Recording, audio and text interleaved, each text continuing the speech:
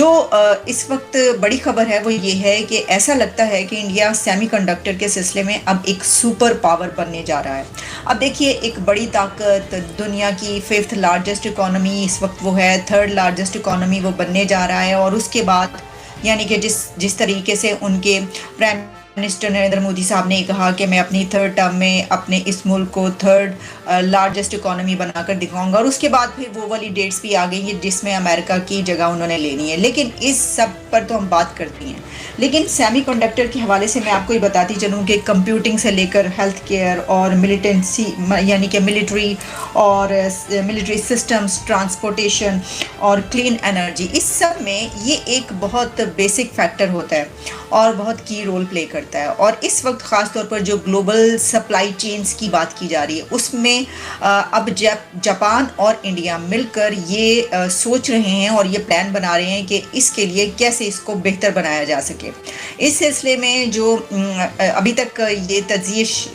और रिपोर्ट्स आ रही हैं हमारे सामने, उसमें एक तो ये बताया जा रहा है, जैसा मैंने आपको बताया, कि जो चिप जाइंट्स हैं जो कि इस वक्त इंडिया में मौजूद हैं वो इस तरीके से इसमें इन्वेस्ट करने के लिए तैयार हैं। और वहाँ पर इंडिया के पीएम मोदी की तरफ से जो तकरीर की गई है उसमें उन्होंने ये कहा है कि हम चाहते हैं कि हम ट्रस्टेड पार्टनर बने इन तमाम कंपनीज़ के। यानी उन्होंने इस बात का यकीन दिलाया है, ये ट्रस्ट उनको दिलाया है कि अगर आप यहाँ पर ये जो इन्वेस्टमेंट करने के बारे में इतनी बड़ा आप सोच रहे हैं इस एक डिपार्टमेंट में, ये जो एक फील्ड है इसके अंदर, तो हम ये यकीन दिलाते हैं कि आपकी जो इन्वेस्टमेंट है वो मज़ीद फले फूलेगी और किस तरीके से हम मिलकर इससे फ़ायदा उठा सकते हैं। जो सीईओज़ हैं माइक्रोन और इसके अलावा दूसरी जो बड़ी कंपनीज़ हैं उसके एग्जेक्टिव्स, सीनियर एग्जेक्टिव्स जो हैं वो इस वक्त इंडिया में मौजूद हैं। और वो एक जो ये कॉन्फ्रेंस है इसके ऊपर भी वो स्टेज पर नज़र आए और इसमें एक मेजर सेमीकंडक्टर इवेंट में प्राइम मिनिस्टर नरेंद्र मोदी ने भी स्पीच की और उनको यकीन दिलाया इस बात का, एतमाद का, ट्रस्ट का। और फिर ये कि इसमें वर्ल्ड्स बिगेस्ट चिप फर्म्स जो हैं वो हाईलाइट्स की गई हैं। और इंडिया का जो इस वक्त एम्बिशन एक नज़र आ रहा है वो ये है कि to become a major hub for semiconductors. और इसमें यूएस, ताइवान और साउथ कोरियन जो हैं वो भी आप जानते हैं कि इस सिलसिले में बड़े कंट्रीज़ कहे जाते हैं। तो उसी तरीके से अब इंडिया भी इसमें एक वही दर्जा या वही लेवल हासिल करने वाला है। और इसमें इंडिया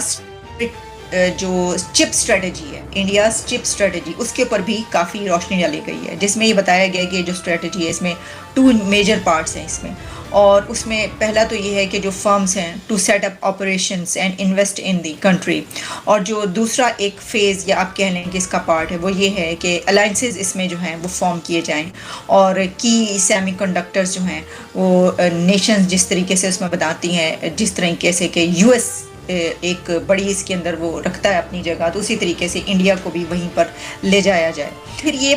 कहा जा रहा है, ब्लूमबर्ग में जिस तरीके से इस पर पब्लिश हुआ वो है कि India sets path towards semiconductor industry, और इसमें भी $400 मिलियन ओवर 4 years। और फिर जो एप्पल सप्लायर्स हैं वो भी are already shifting production to country. ठीक है, इसमें अब काफ़ी उन्होंने डिटेल में बात की है, जो आईफोन और एप्पल के हवाले से भी इसमें एक जायज़ा पेश किया गया है कि कैसे किस तरीके से जो है ये बहुत ज़रूरी है, क्योंकि और कितने ज़्यादा काम वहाँ पर आ रहे हैं। अच्छा, फिर इसमें इंडिया और जापान की जो मैंने आपको स्टार्ट में बात की कि मैं आगे चलकर उस पर बात करूँ, उसमें यह है कि India and Japan look to collaborate in building semiconductor और एंड रेजिलियंट सप्लाई चेन्स जो है। उसमें फिर डॉक्टर जयशंकर और जो उनके